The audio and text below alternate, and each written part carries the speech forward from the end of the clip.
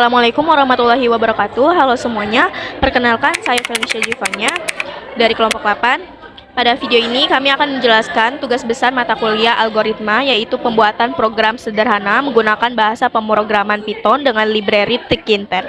Program ini dibuat untuk membantu pencatatan transaksi dengan tampilan GUI, format rupiah, serta pengecekan data file. Pertama, terdapat bagian import Tkinter.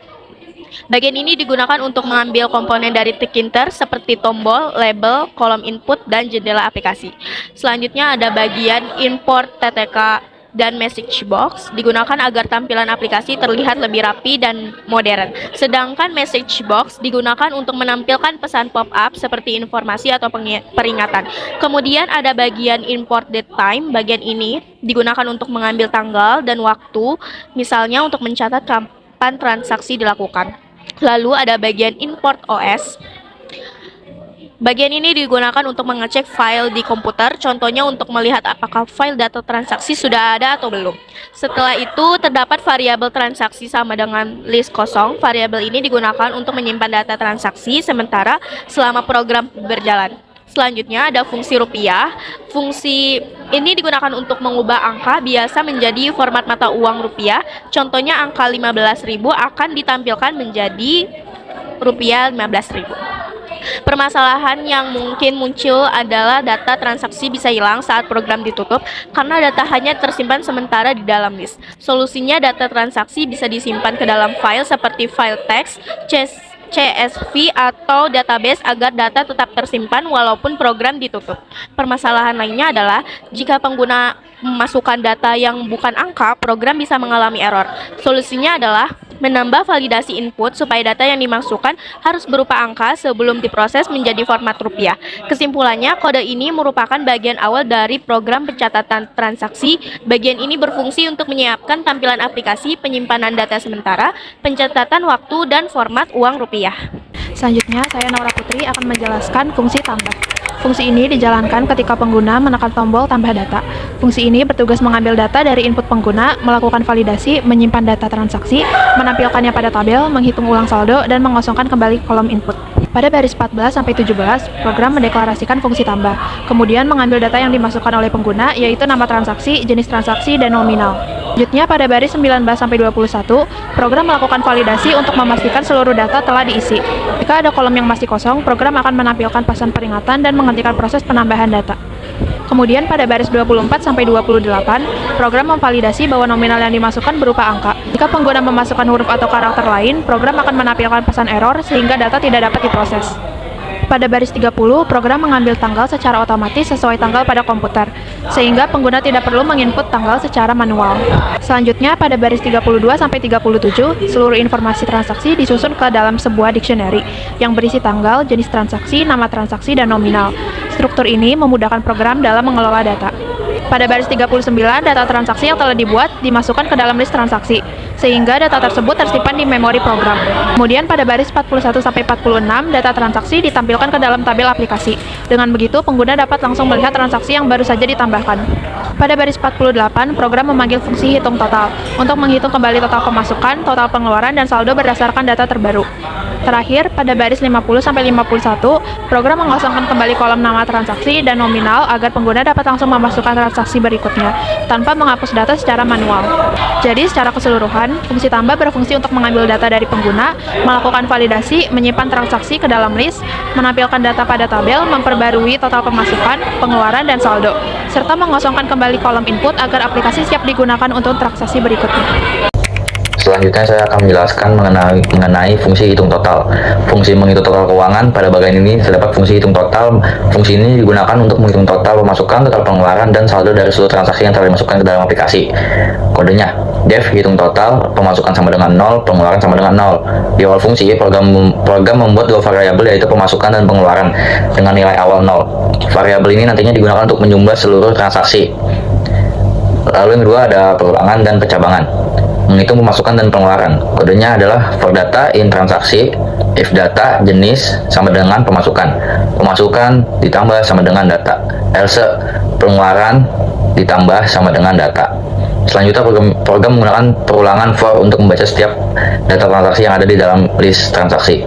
Kemudian digunakan percabangan if jika jenis transaksi adalah pemasukan, maka nominal akan ditambahkan ke variabel pemasukan.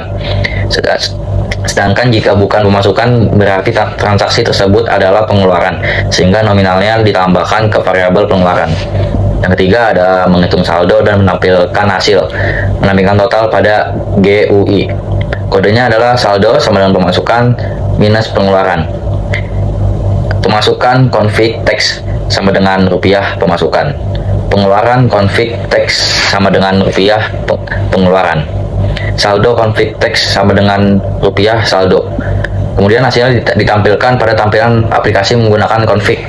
Nilai pemasukan, pengeluaran, dan saldo diubah terlebih dahulu ke format rupiah menggunakan fungsi rupiah sehingga tampil lebih mudah dibaca oleh pengguna.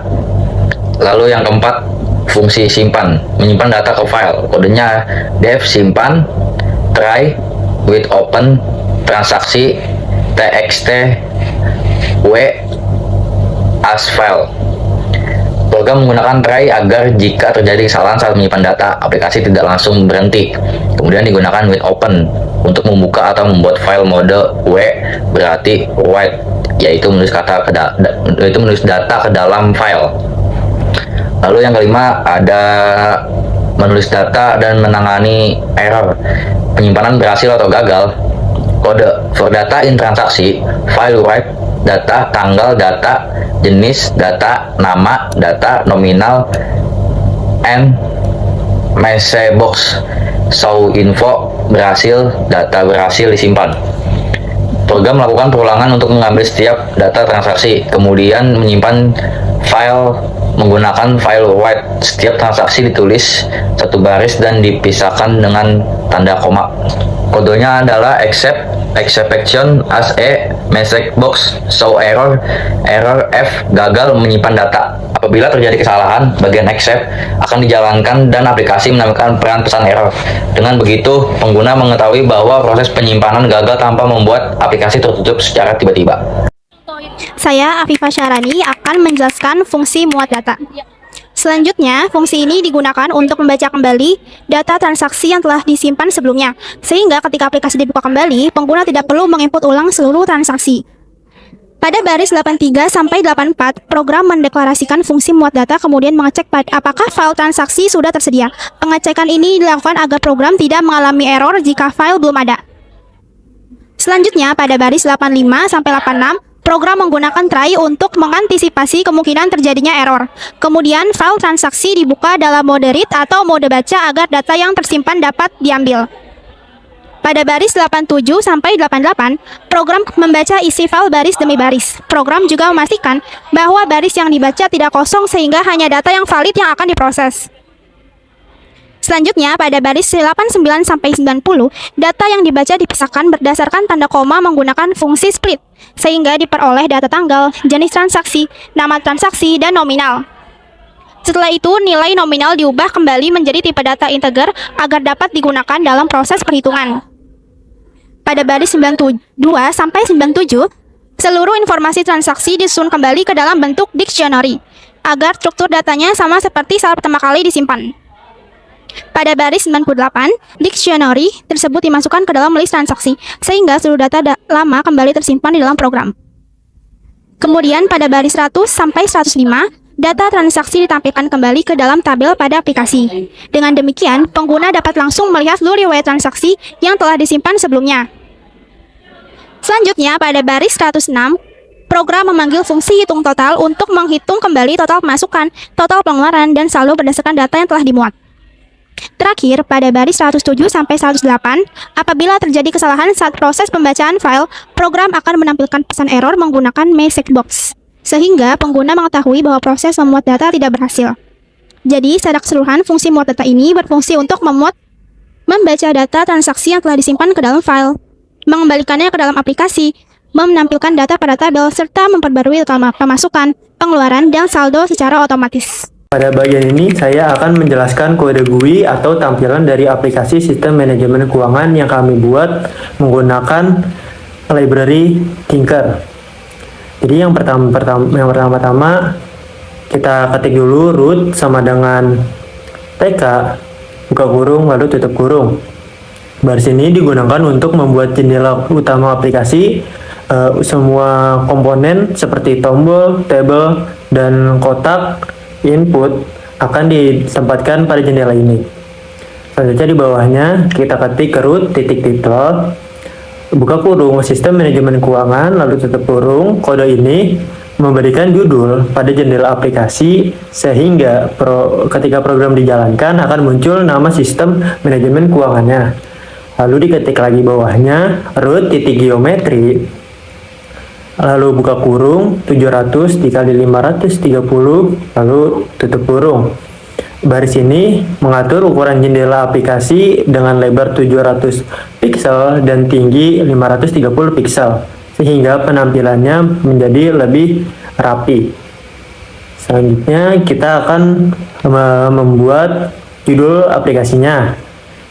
Lalu kita ketik table, buka kurung root, text sama dengan sistem manajemen keuangan, bawahnya font, buka kurung Arial, 16, bold, tutup kurung 2 kali, titik tag, terus buka kurung PD sama dengan 10. Lalu tutup kurung. Kode ini membuat judul aplikasi yang ditampilkan di bagian atas berupa teks yang digunakan untuk menampilkan tulisan, font untuk mengatur jenis, ukuran, dan ketebalan huruf. Terus ada tag yang tadi, tag buka dan tutup untuk menampilkan komponen pada jendela. Kalau pada teks pada kode PD sama dengan 10 itu untuk memberikan jarak agar penampilannya tidak terlalu mepet. Selanjutnya kita membuat frame-nya dengan kode frame input sama dengan frame, terus buka kurung root, lalu tutup kurung. Terus lalu ketik lagi frame input titik tag, buka kurung, lalu tutup kurung. Frame berfungsi sebagai wadah untuk mengelompokkan semua komponen input agar lebih rapi dan juga mudah diatur. Selanjutnya lagi kita membuat input untuk nama transaksinya. Jadi kita mengetik kode label, buka kurung, frame input, tag sama dengan nama transaksi, lalu tutup kurung. Kode ini untuk membuat label atau tulisan nama transaksinya. Lalu kita ketik lagi entry, garis bawah nama sama dengan entry, buka kurung frame input, width sama dengan 25, baru tutup kurung. Kode ini untuk membuat kotak tempat penggunaan pemasukan nama transaksi, misalnya gaji, belanja, atau beban listrik. Selanjutnya kita membuat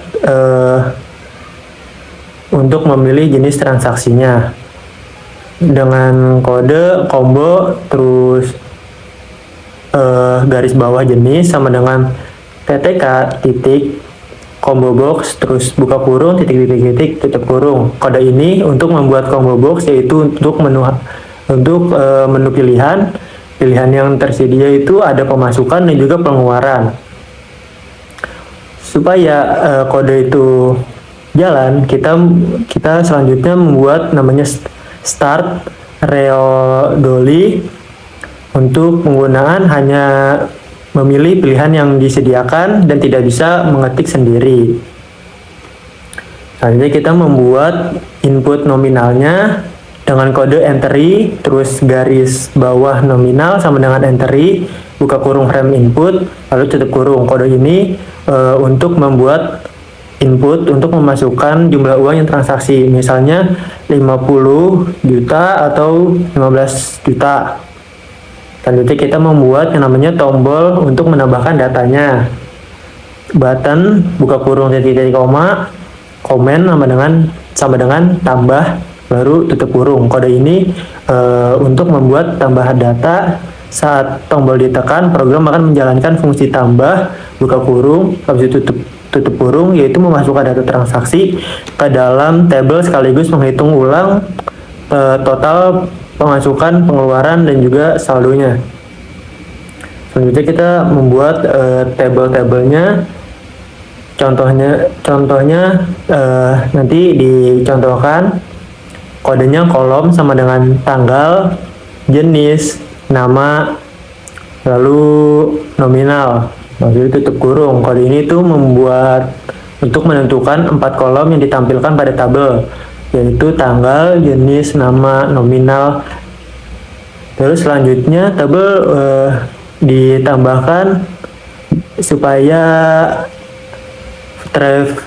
preview berfungsi untuk menampilkan seluruh data dalam transaksi dalam bentuk tabel sehingga lebih mudah dibacanya. Terus kita juga menggunakan kode perulangannya yaitu for k in kolom, digunakan untuk memberikan nama setiap kolom dan mengatur lebarnya secara otomatis. Selanjutnya kita membuat namanya ada 3 kolom, yaitu kolom pemasukan, kolom pengeluaran, dan juga saldo. Terus kita juga di dalam kolomnya ada tombol simpan, kodenya button, terus buka kurung, titik, koma, komen sama dengan simpan, lalu tutup kurung. Kode ini itu membuat simpan ke file. Ketika ditekan, fungsi simpan akan dijalankan sehingga seluruh transaksi disimpan ke dalam file dan tidak hilang ketika ditutup.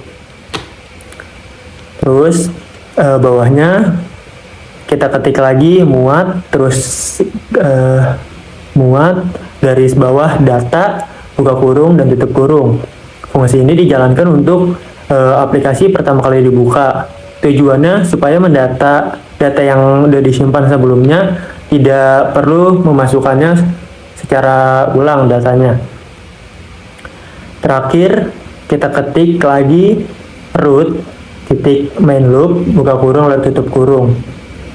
Karena ini baris terakhir yang sangat penting untuk digunakan menjalankan aplikasi Tinker. Program akan terus berjalan dan menunggu interaksi pengguna seperti mengisi data, menekan tombol, atau menutup aplikasinya. Ada hasil akhir dari kelompok kami yang tadi kami buat kodenya dan juga kita jelaskan. Ketika di running, maka hasilnya seperti ini. Ada sistem manajemen keuangan judulnya. Selanjutnya ada nama transaksinya yang kita input. Nama transaksinya adalah gaji. Kita masuk ke jenis pemasukan dengan nominal. Contohnya adalah 6 juta. Lalu kita tambahkan transaksinya. Lalu kita catat lagi pengeluarannya. Nama transaksinya misalnya membayar kontrakan,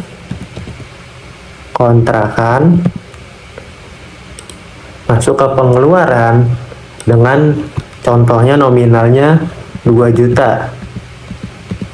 Lalu kita tambah datanya, pengeluarannya, maka saldonya, total pemasukan dan total pengeluarannya dikurang dan otomatis ke 4 juta. Contoh lainnya misalnya membeli makan masuk ke pengeluaran dengan contohnya 15.000.